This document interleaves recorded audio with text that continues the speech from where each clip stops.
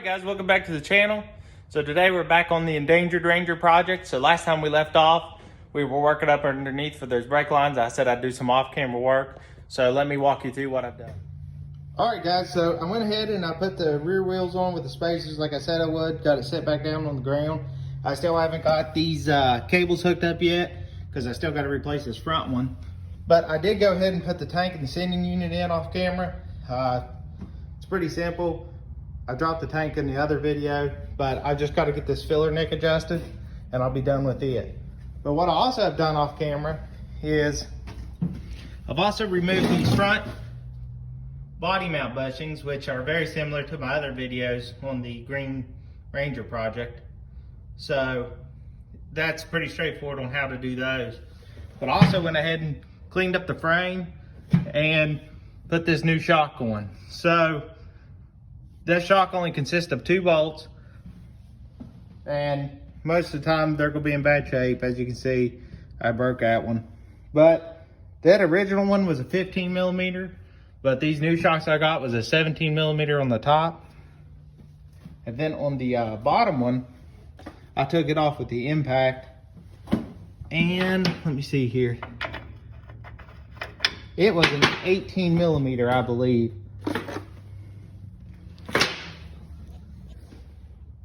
But anyways, let me see. I got one right here. Sorry. I don't want to misinform you, but yeah, 18 millimeter, got that.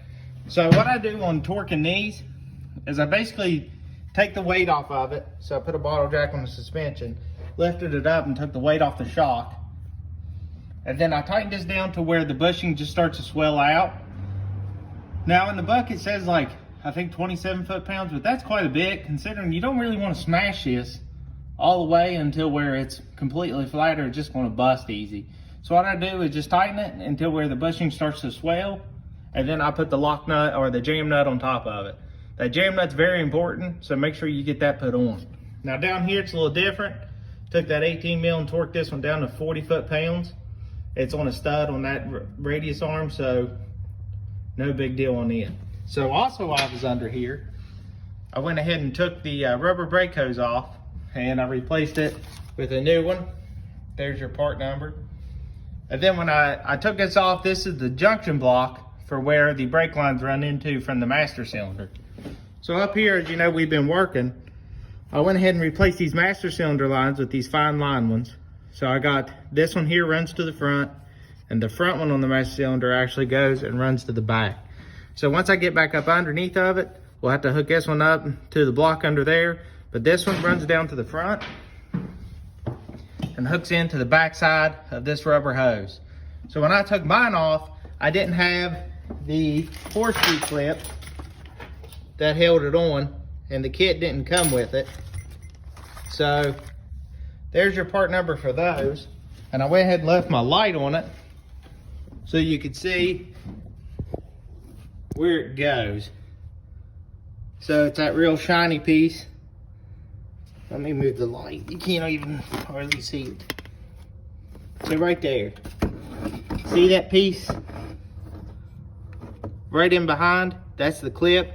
You see the lip points towards the line. So I torqued that line down into here and then hammered that clip down. Now that's solid, it's not going anywhere. So you want to make sure yours is like that. If you're missing that clip, you got the part number now. But this line, I went ahead and cut it. It's actually right here. It runs, it's the one that runs across the front of the truck. So you can see it pulled out there and goes across. That's what I'm gonna work on next. But I wanted to show you on this side where my progress has got to. So that's what you're looking at here. Now I'm gonna go ahead and throw the tire on. Let me should say on this too. So you got this back bolt here that holds the hose on. The socket that fit that banjo bolt was a 9/16. So I was able to take it off, and then it's got new copper washers. One goes on the inside, one goes on the outside. And basically I just torque this one down to where it's snug and then give it a quarter of a turn to seat those. So if I have any leaks or anything coming from here when I'm bleeding, I will go back and give it another turn. but I try not to crush those copper washers too much. But that is everything on this side until I can get this other hose ran, or other brake hose put on, or brake line, sorry. But this side is complete. So like I said, throw the tire on, and then I'll probably end up moving to the other side.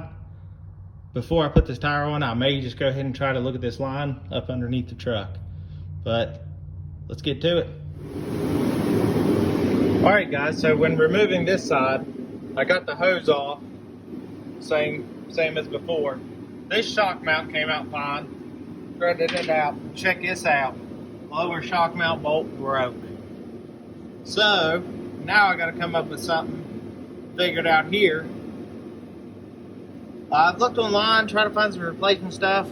No luck.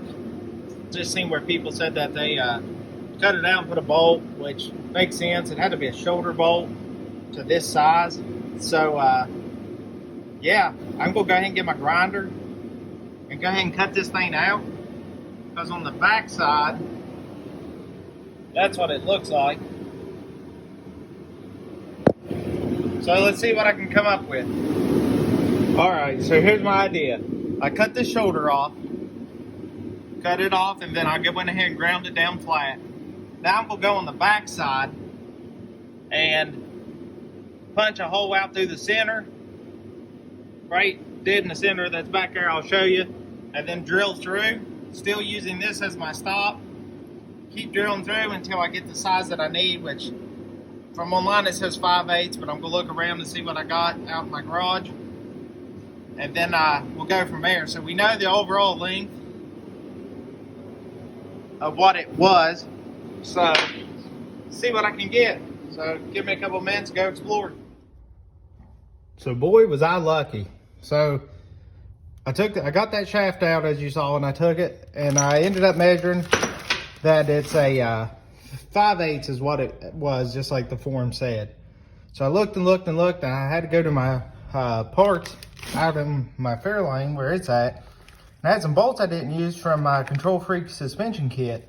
They were 5/8 by 11 by 350.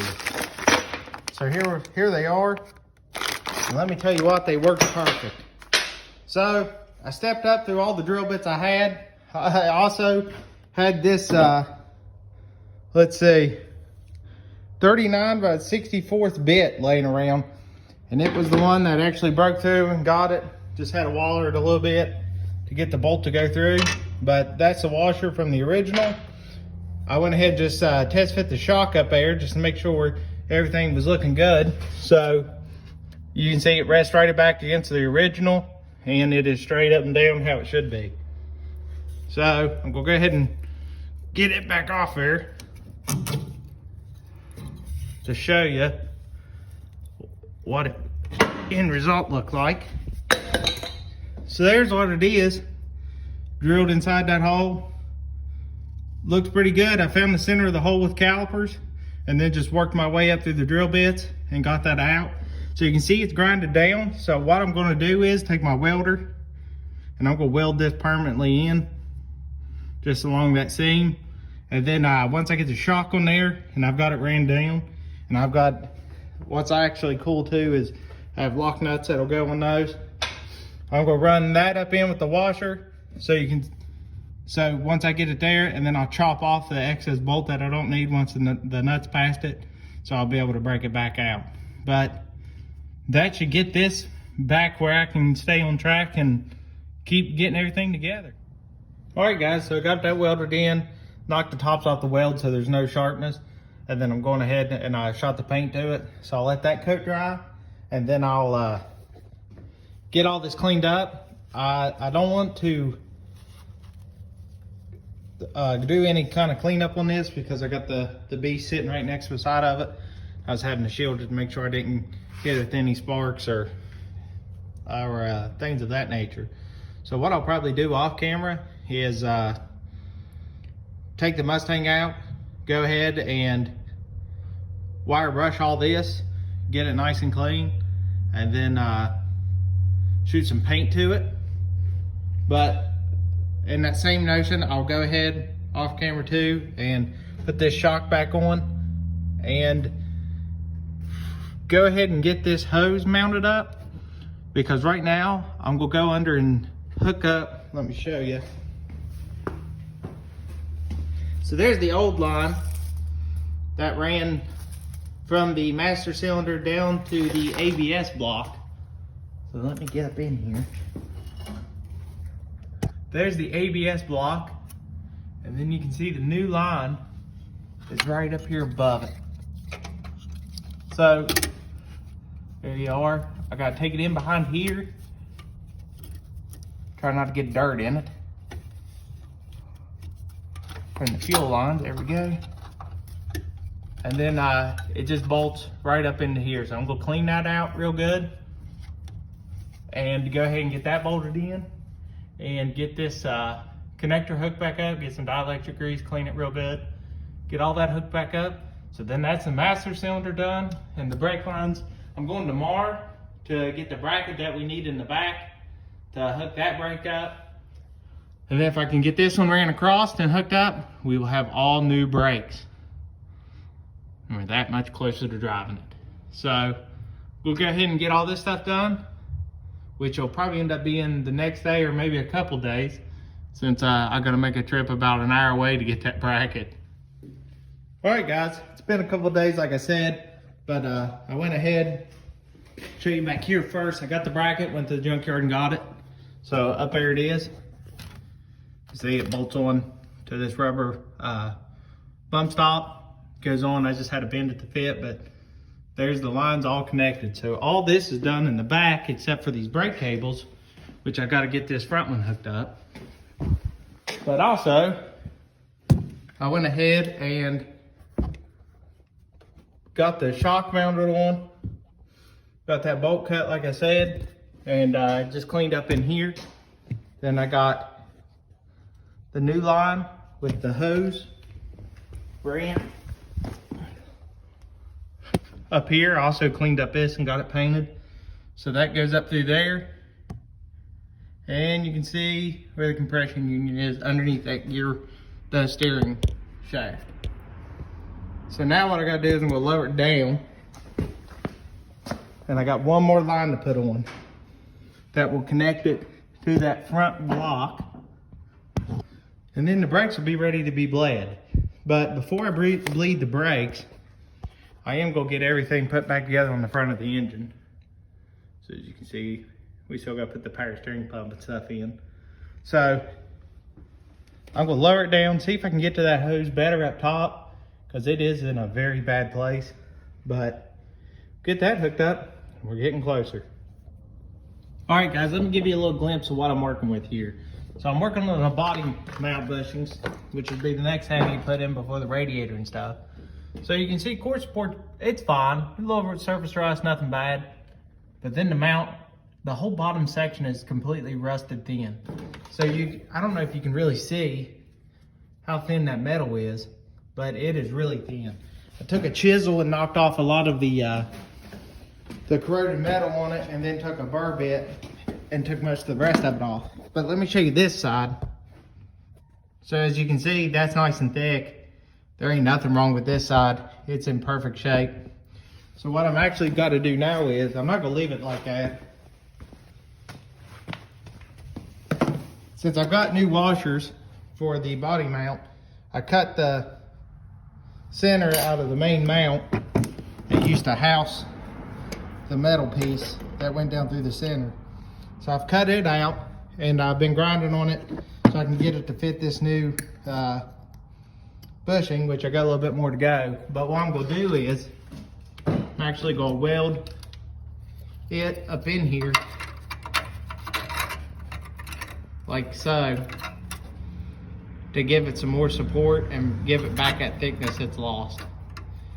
So what I'm gonna do now is I'm gonna go ahead and kind of tack it in place, keep reaming it out until it fits, and then finish welding it in the inside and the outside and make it one solid piece. But that's where I'm at right now. It's always these little things that keep hitting me to slow me down, but we'll eventually get it. All right, guys, so I got that piece welded on. It was a bitch to weld on, but got it coated. It's drying right now. I also went ahead and coated this side. Then I went ahead and put this line on. So you see it goes up, arches over, and then down, and goes underneath of the steering box, which is different, a little bit different from the original. But as you can see, it's got a connection, a union right up there underneath the steering box. And let me tell you, that is a bitch to do. There's no room up there to work. So what I ended up doing is putting that union on the short piece and then connecting the long piece here that runs across to the short piece up there, while it was not attached here, so I could pull the slack to me and get it. So I'm just gonna pray that's not gonna leak, because it's super hard to get into Titan. But I'm gonna let all this dry and go get some food, and then throw these body mount bushings in, and that is where I'm gonna call it. So let's give it about 30 minutes to dry, and we'll finish this portion up. All right, guys, thanks for tuning in. Thanks for watching. So next time we'll pick back up and we'll put the power steering pump on that I rebuilt. If you haven't seen that, go check it out in the other video on how to rebuild a power steering pump. But we'll get the new hoses in, get that put in, and then start assembling while the pulley's back on the front, put the radiator back in, and then we can get to fabricating that cold air intake. And then it basically some finished touches on some lights, and it'll be ready to drive. So till next time, let's keep building.